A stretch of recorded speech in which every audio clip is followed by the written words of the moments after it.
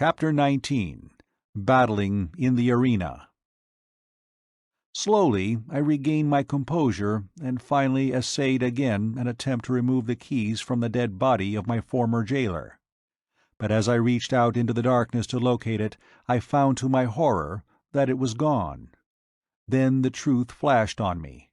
The owners of those gleaming eyes had dragged my prize away from me to be devoured in their neighboring lair, as they had been waiting for days, for weeks, for months, through all this awful eternity of my imprisonment to drag my dead carcass to their feast. For 2 days no food was brought me, but then a new messenger appeared, and my incarceration went on as before, but not again did I allow my reason to be submerged by the horror of my position. Shortly after this episode another prisoner was brought in and chained near me. By the dim torchlight I saw that he was a red Martian, and I could scarcely await the departure of his guards to address him. As their retreating footsteps died away in the distance, I called out softly the Martian word of greeting, Kaor. "Who are you who speaks out of the darkness?" he answered. "John Carter, a friend of the Red Men of Helium." "I am of Helium," he said, "but I do not recall your name." And then I told him my story as I have written it here, omitting only any reference to my love for Dejah Thoris. He was much excited by the news of Helium's princess, and seemed quite positive that she and Sola could easily have reached a point of safety from where they left me. He said that he knew the place well because the defile through which the Warhoon warriors had passed when they discovered us was the only one ever used by them when marching to the south. Dejah Thoris and Sola entered the hills not 5 miles from a great waterway, and are now probably quite safe, he assured me. My fellow prisoner was Kantos Kan, a Padwar, lieutenant, in the navy of Helium. He had been a member of the ill-fated expedition which had fallen into the hands of the Tharks at the time of Dejah Thoris' capture, and he briefly related the events which followed the defeat of the battleships.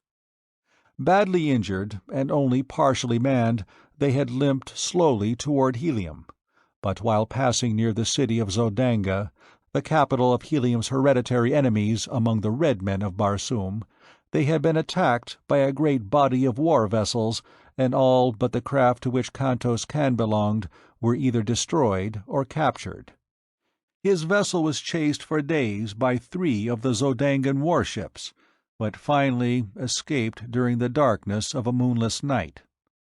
30 days after the capture of Dejah Thoris, or about the time of our coming to Thark, his vessel had reached Helium with about 10 survivors of the original crew of 700 officers and men.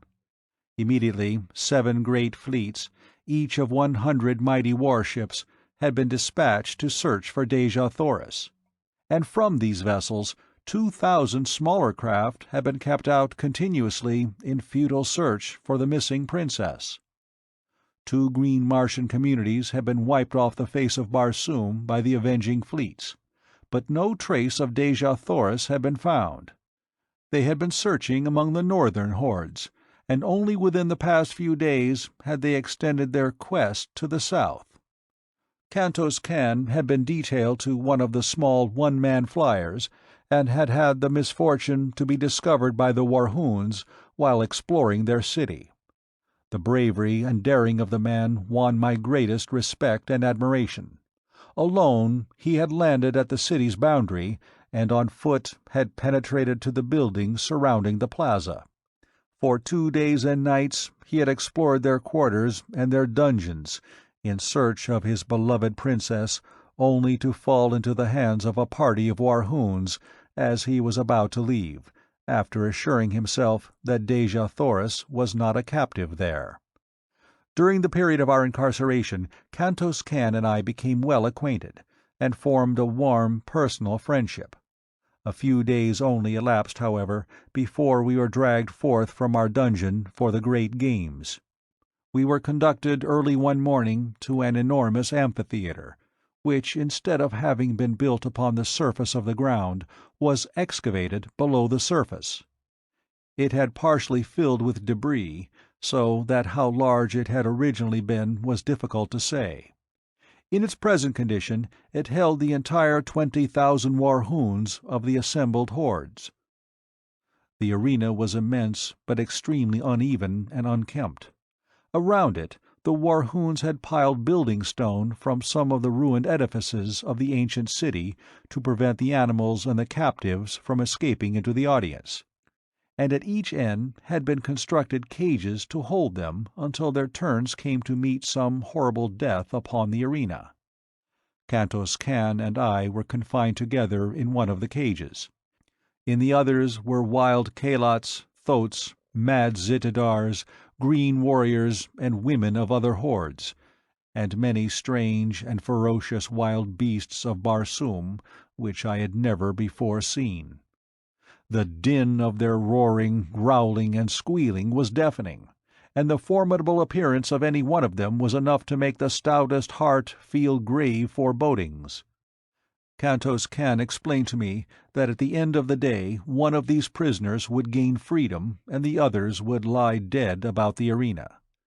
The winners in the various contests of the day would be pitted against each other until only two remained alive, the victor in the last encounter being set free, whether animal or man. The following morning the cages would be filled with a new consignment of victims, and so on throughout the 10 days of the games. Shortly after we had been caged, the amphitheater began to fill, and within an hour every available part of the seating space was occupied.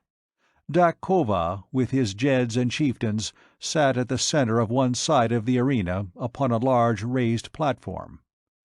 At a signal from Dak Kova, the doors of 2 cages were thrown open, and a dozen green Martian females were driven to the center of the arena.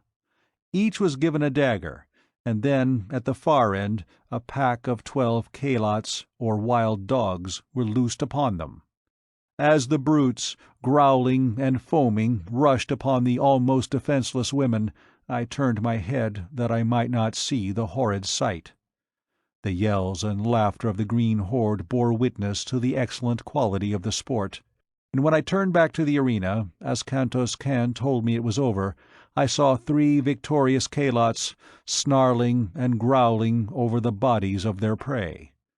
The women had given a good account of themselves. Next, a mad Zitidar was loosed among the remaining dogs, and so it went throughout the long, hot, horrible day. During the day I was pitted against first men and then beasts, but as I was armed with a longsword, and always outclassed my adversary in agility and generally in strength as well, it proved but child's play to me. Time and time again I won the applause of the bloodthirsty multitude, and toward the end there were cries that I be taken from the arena and be made a member of the hordes of Warhoon. Finally there were but 3 of us left, a great green warrior of some far northern horde, Kantos Kan, and myself. The other 2 were to battle, and then I to fight the conqueror for the liberty which was accorded the final winner. Kantos Kan had fought several times during the day, and like myself had always proven victorious, but occasionally by the smallest of margins, especially when pitted against the green warriors. I had little hope that he could best his giant adversary, who had mowed down all before him during the day.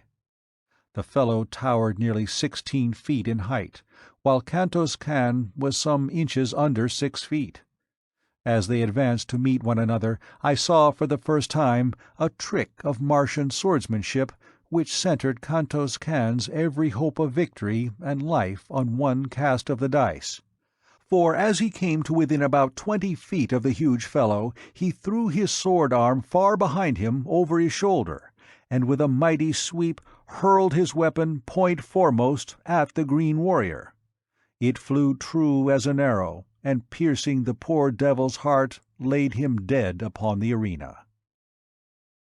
Kantos Kan and I were now pitted against each other, but as we approached to the encounter I whispered to him to prolong the battle until nearly dark, in the hope that we might find some means of escape. The horde evidently guessed that we had no hearts to fight each other, and so they howled in rage as neither of us placed a fatal thrust. Just as I saw the sudden coming of dark, I whispered to Kantos Kan to thrust his sword between my left arm and my body. As he did so, I staggered back, clasping the sword tightly with my arm, and thus fell to the ground with his weapon apparently protruding from my chest. Kantos Kan perceived my coup, and stepping quickly to my side, he placed his foot upon my neck, and withdrawing his sword from my body, gave me the final death blow through the neck, which is supposed to sever the jugular vein. But in this instance, the cold blade slipped harmlessly into the sand of the arena. In the darkness which had now fallen, none could tell but that he had really finished me. I whispered to him to go and claim his freedom, and then look for me in the hills east of the city, and so he left me. When the amphitheatre had cleared, I crept stealthily to the top, and as the great excavation lay far from the plaza, and in an untenanted portion of the great dead city, I had little trouble in reaching the hills beyond.